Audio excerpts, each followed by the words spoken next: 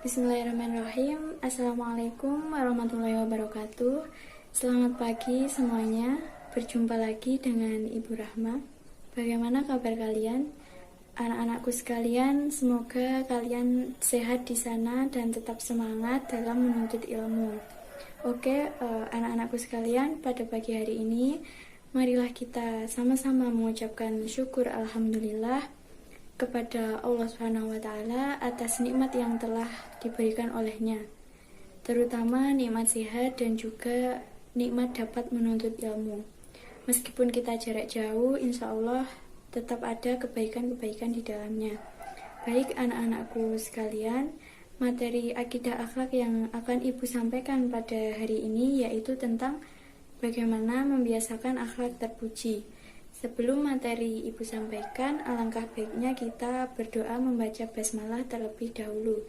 Semoga apa yang akan kita pelajari dapat berjalan dengan lancar. Bismillahirrahmanirrahim.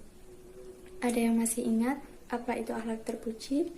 Ya, jadi akhlak terpuji merupakan sesuatu yang baik yang mana harus dilakukan oleh setiap manusia. Jadi akhlak terpuji itu mencakup perilaku atau akhlak baik itu kepada Allah, kepada Rasulullah, kepada diri sendiri, kepada orang lain, dan makhluk hidup yang lainnya. Oke, pembiasaan akhlak terpuji yang akan Ibu sampaikan pada pagi hari ini yaitu yang pertama husnudzon atau berbaik sangka, yang kedua sabar, dan yang ketiga taubat. Yang pertama yaitu husnudzon. Husnudzon ini berasal dari bahasa Arab husnu dan ton yang artinya berbaik sangka. Sedangkan secara istilah husnudzon merupakan memiliki sifat yang positif yang mana berbaik sangka terhadap segala sesuatu yang telah ditakdirkan oleh Allah. Jadi kita itu tidak dianjurkan mengharapkan sesuatu yang baik selain kepada Allah. Kita harus membiasakan berprasangka baik atau husnudzon terutama dalam kehidupan sehari-hari, yang mana agar kita itu mendapat ketentraman hidup. Kemudian salah satu ayat Al-Quran yang menjelaskan tentang husnudzon yaitu Quran Surat Al-Hujurat ayat 12. Kandungan yang terdapat dalam ayat tersebut yaitu memberikan kita penegasan agar tidak memiliki dugaan atau pemikiran buruk kepada orang lain, yang mana agar kita tidak terjerumus dalam dosa. Dengan memiliki sikap husnudzon, maka manusia akan merasa tentram dalam kehidupannya. Bentuk-bentuk husnudzon ada 3. Yang pertama husnudzon pada Allah. Berarti kita dan seluruh umat muslim itu wajib memiliki sikap yakin terhadap apa yang ditakdirkan oleh Allah kepada kita. Rencana Allah memang lebih baik daripada apa yang kita rencanakan. Karena sebagai seorang hamba, tugas kita itu hanya berikhtiar dan menerima segala apa yang ditakdirkan olehnya. Belum tentu apa yang menurut kita baik itu juga baik di hadapan Allah, dan juga sebaliknya. Yang kedua, husnudzon kepada sesama manusia. Contohnya yaitu tidak saling menuduh, tidak menebar tuduh-tuduhan yang tanpa dasar, sehingga antara satu dengan yang lain itu akan merasa aman. Husnudzon merupakan anjuran yang sangat utama, di mana kita akan selalu menganggap orang lain itu baik dan menekan sifat kecurigaan yang akan menimbulkan permusuhan. Jika kita menerka-nerka dengan sifat buruk, yang ada hanyalah rasa gelisah dan tidak nyaman, dan juga ingin selalu mencari tahu. Dengan demikian, hidup yang akan kita lakukan itu merasa terganggu karena ada suudzon di hati kita. Maka sifat husnudzon itu sangat dibutuhkan. Selanjutnya husnudzon kepada diri sendiri. Jadi kita harus memiliki kesadaran untuk mampu memberi apresiasi terhadap diri sendiri. Hal ini bisa diwujudkan dalam bentuk mewujudkan mimpi-mimpi dan selalu semangat positif bagi diri sendiri untuk melakukan sesuatu. Lalu apa saja positifnya husnudzon? Jadi husnudzon itu dapat memberikan ketentraman dan kedamaian jiwa, dapat menjadikan kita hamba Allah yang berpikiran positif, dan dapat menjauhkan kita dari sifat iri dengki, tidak tenang, dan juga menjauhkan kita dari fitnah-fitnah. Akhlak terpuji yang selanjutnya yaitu yang harus kita biasakan yaitu sikap sabar. Apa itu sabar? Jadi sabar itu asalnya dari bahasa Arab sobaro yasbiru yang artinya menahan diri. Sabar merupakan kata yang sering kali diucapkan oleh lisan. Orang yang memiliki sifat sabar akan memperoleh ketenangan, ketentraman, dan kelapangan hati. Sabar itu memang bukanlah sesuatu yang mudah yang kita lakukan dan kita terapkan dalam kehidupan sehari-hari. Namun tidak juga mustahil apabila seseorang itu memiliki sifat penyabar. Islam memandang sifat sabar itu sebagai sifat terpuji yang harus dimiliki oleh orang-orang yang beriman kepada Allah. Orang yang tidak sabar tidak bisa dikatakan sebagai orang yang beriman. Secara lebih luas, sabar itu yaitu menahan diri agar tidak mudah marah, tidak mudah berkeluh kesah, benci, dendam, serta tidak mudah putus asa, serta melatih diri dalam ketaatan dan membentengi diri agar kita tidak melakukan perbuatan yang maksiat. Kemudian dalil tentang sabar terdapat dalam Al-Quran surat Al-Baqarah ayat 153.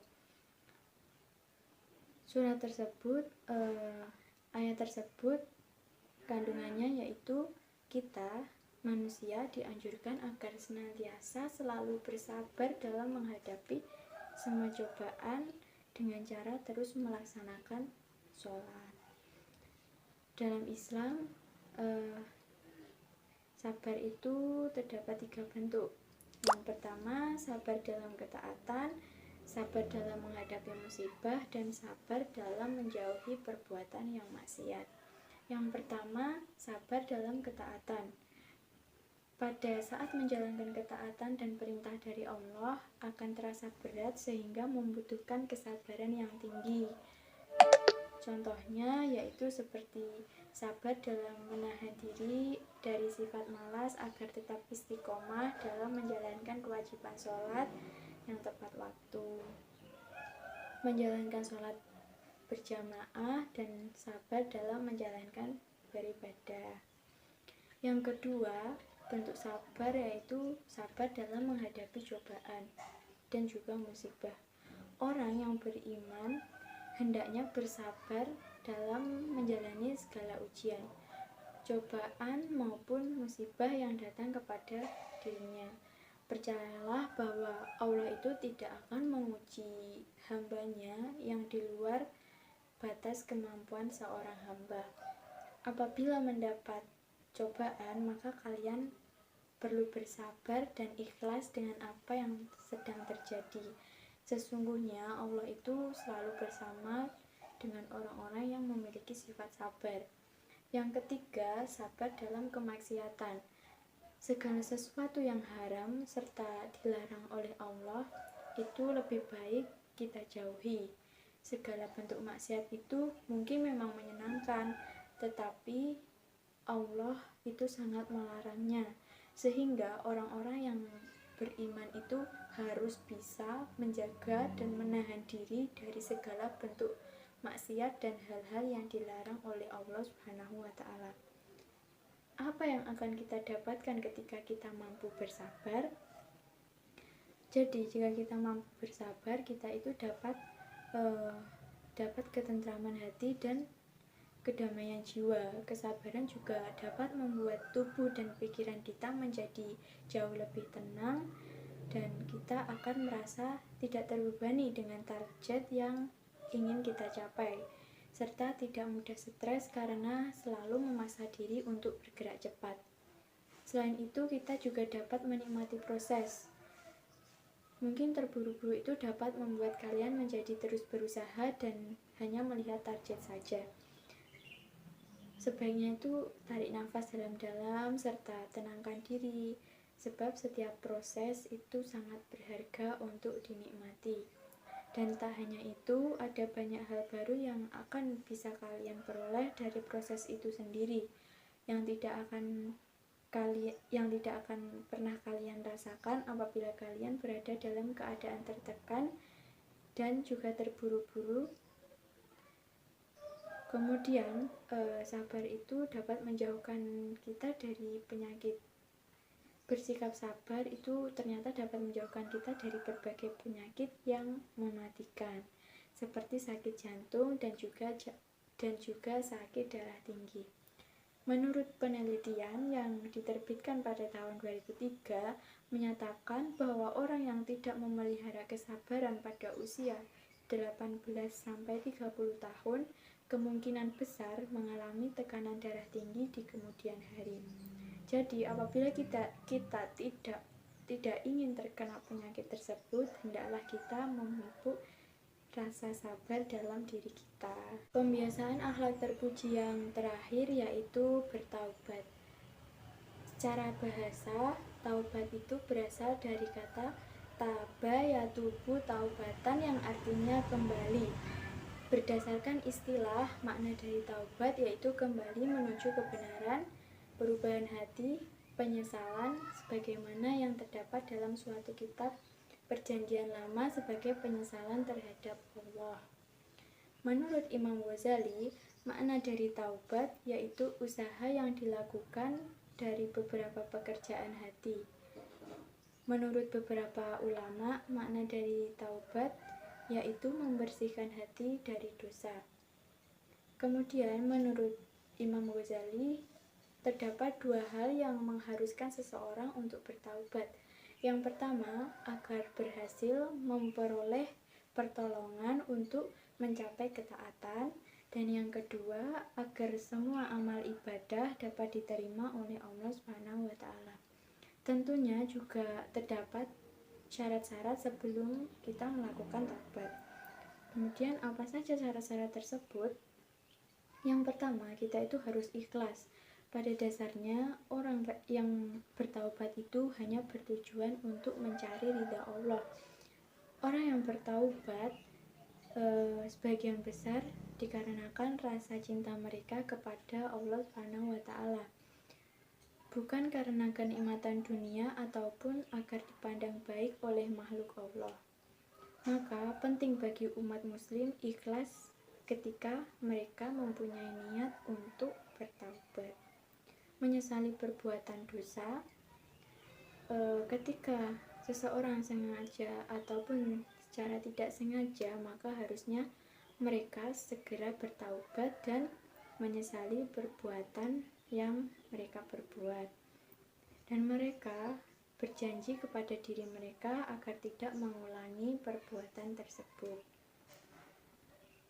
Bertekad untuk tidak mengulangi perbuatan dosa. Tidak hanya menyesali perbuatannya, seseorang juga harus memiliki tekad untuk tidak mengulangi perbuatan dosa tersebut. Ketika seseorang menyesali tetapi tidak memiliki tekad untuk tidak mengulangi perbuatan dosa, maka rawan bagi mereka mengulangi perbuatan tersebut. Kemudian apa saja macam-macam dari taubat? Jadi macam taubat itu ada dua. Yang pertama, taubat yang diterima, dan yang kedua, taubat yang tidak diterima. Yang pertama, taubat yang diterima atau taubatan nasuha. Makna dari taubat nasuha yaitu kembalinya seseorang dari perilaku dosa yang dianjurkan oleh Allah. Adapun taubat yang betul-betul dilakukan dengan serius atas dosa-dosa besar yang pernah dilakukan di masa lalu. Pelaku dari taubat nasuha, mereka akan benar-benar menyesali dosa yang dia lakukan. Diketahui dosa ada dua macam, yaitu dosa kepada Allah saja, dan dosa kepada Allah dan manusia. Yang kedua yaitu taubat yang tidak diterima. Taubat ini ada dua macam. Yang pertama yaitu taubat atas kesalahan yang dilakukan di dunia karena hukuman telah mengenai dirinya, padahal mereka seolah-olah bertaubat, namun pada kenyataannya tidak seperti itu. Yang kedua yaitu taubat yang dilakukan yang dilakukan oleh seorang hamba di akhirat kelak. Ketika seorang hamba telah sampai ke alam akhirat, maka taubat dan penyesalannya itu sudah tidak berguna lagi. Jadi dua hal tersebut merupakan taubat yang tidak akan diterima oleh Allah. Baiklah, anak-anakku sekalian, itulah beberapa akhlak terpuji yang harus kalian biasakan dimanapun kalian berada. Karena akhlak terpuji yang ibu sebutkan itu sangat penting dilakukan. Kenapa penting? Karena hal-hal tersebut mengenai perilaku yang kalian lakukan dalam kehidupan sehari-hari. Sebenarnya masih banyak kok tentang akhlak terpuji yang lain, tetapi sesuai dengan materi, jadi ibu hanya menjelaskan 3 akhlak terpuji tersebut. Anak-anakku sekalian, selamat belajar di rumah, selamat memahami materi tentang akhlak terpuji ini. Nanti kita akan berjumpa lagi di materi berikutnya.